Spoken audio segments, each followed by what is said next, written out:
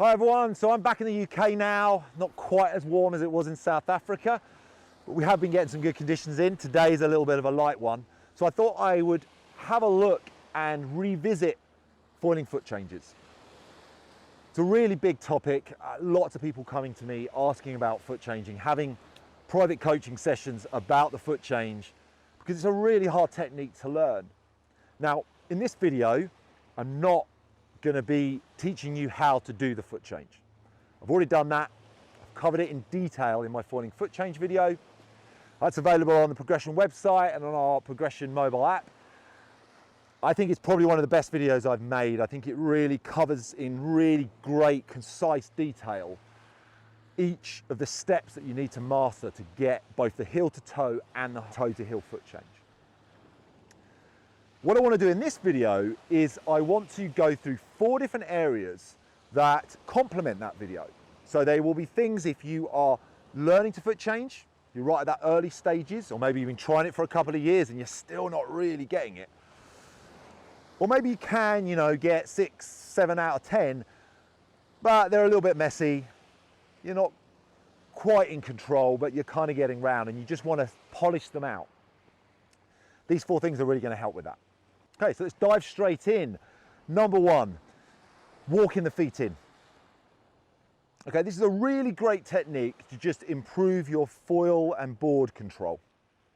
With the foot change, it's really important because, look, if I do my foot change, quite often I might put one foot here and then this foot goes to here. My feet are in different positions where I'm used to having them.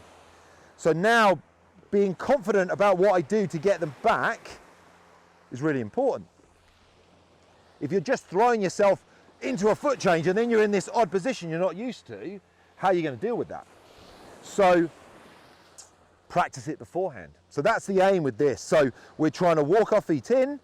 You might walk them in a small amount, try riding that like that for a little bit and then get them back out again.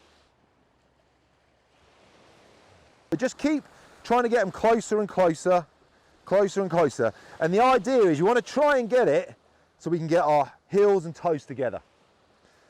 And what you're going to learn is you're going to find out where that center line is on the board, where your board and foil, it's kind of like the fulcrum, the pivot point for the lift on your foil. And at this point you should be able to ride along. This position is pretty damn hard. At this point here, your pitch control with your feet are actually touching together becomes quite difficult. So if you can get into this, brilliant, it's going to give you so much control. Just having your feet an inch apart allows you to have far better pitch control. So yeah, getting your feet in is really important, but getting your feet back out again as well. So to start with, you might get your feet in and then jump your feet back out. As you get better, try and allow yourself to wiggle your feet back out as well, okay? It's all helping with our board control. Even if you're riding with straps, obviously all the examples here you can see of me, I'm doing it strapless, but with straps, if you're riding straps, it's exactly the same. Just make sure that board's nice and flat and you're just going to wobble, take your foot out of the foot strap and just start to walk your feet in. Okay, number 2. Okay, so I'm going to recap some stuff from the foiling foot change video for this one. I think it's one of the most important drills that you can have a go at, and that is doing it on the beach before you go on the water.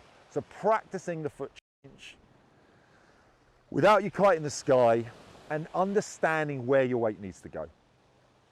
Now, we have a great section in the video that does this. I talk you through lots of different stages you can go through as you start to progress through this.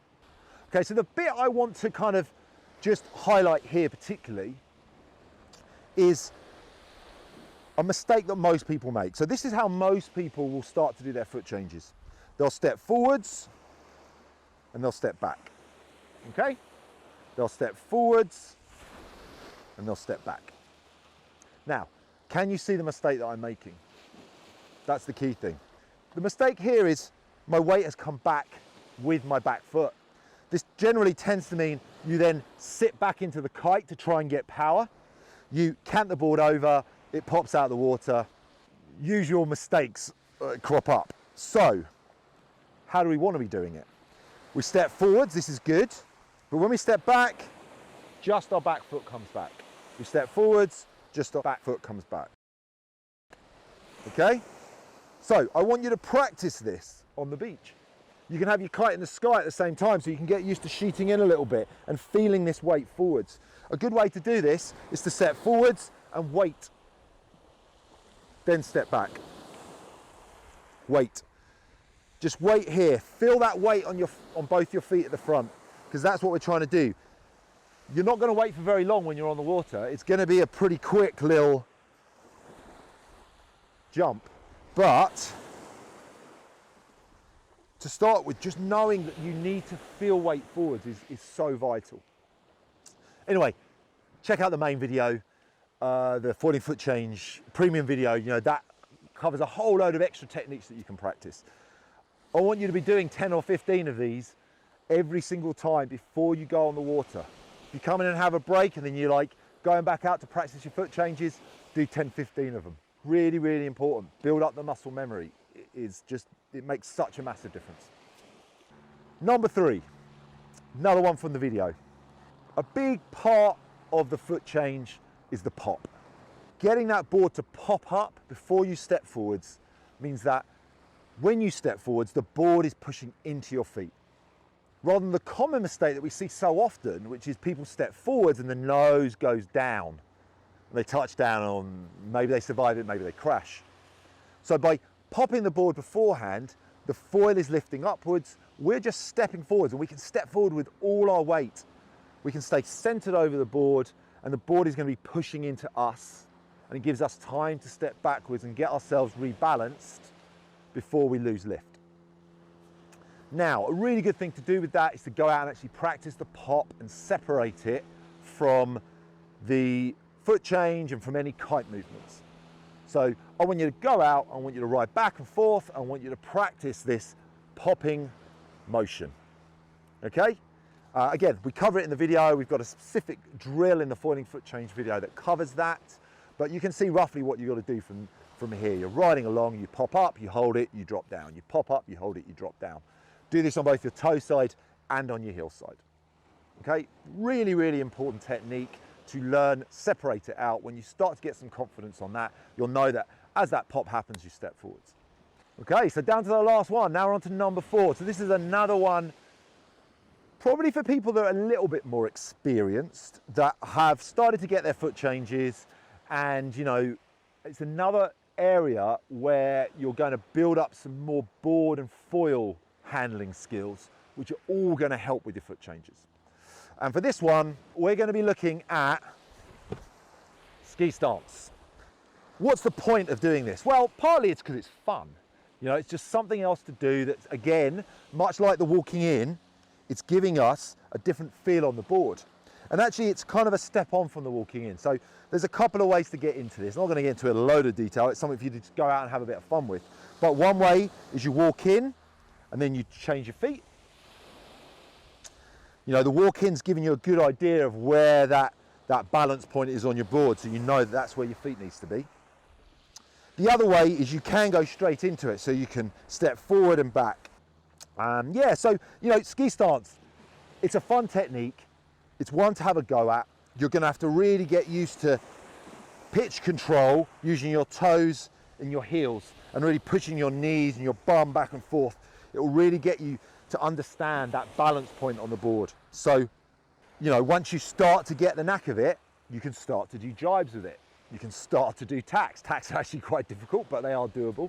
Here I'm doing one, but I touch down. It's not something I practice that much, but it's good fun. It's just another thing to chuck into your routine, so you're just not doing the same things the whole time, like trying something different, having a bit of fun, having a laugh. Do this for 10 minutes, see what stuff you can get away with. Yeah, you're gonna crash loads with it. I promise you, it will just help with your overall foil and board control, and it will make a big difference in a whole range of different techniques, not just the foot change. I do know some people that actually teach the foot change using the ski stance as a kind of halfway house. So they'll kind of do this and then that, and they'll do it as a halfway. Personally, I haven't had a lot of success with that with students. Most students I find, if you've never foot changed before, you might find this takes a little while to learn in itself.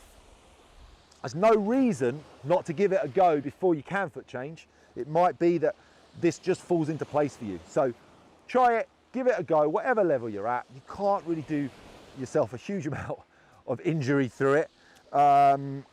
Give it a go. Let me know how you find it. So that's your 4 things. Hopefully, whatever level that you're at with your foot change, there's something there that you can have a go at that's going to help either get you through those first couple, help you with some consistency, or help you with some polish.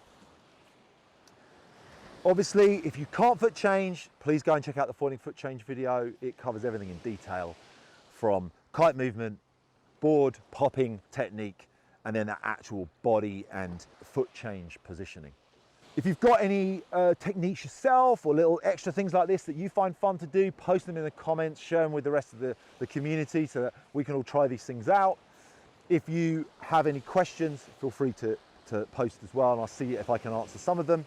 I am now doing a little bit of virtual coaching, so if you want if you want to help with your foot change and you're able to get a bit of footage, whether it's from the GoPro or a stationary camera on the beach, or maybe you've got a friend or a partner that can film you, if you can send me some footage, get in contact. I'm running these virtual coaching sessions, and we can try and help you move that foot change onto the next level. Okay, see you later.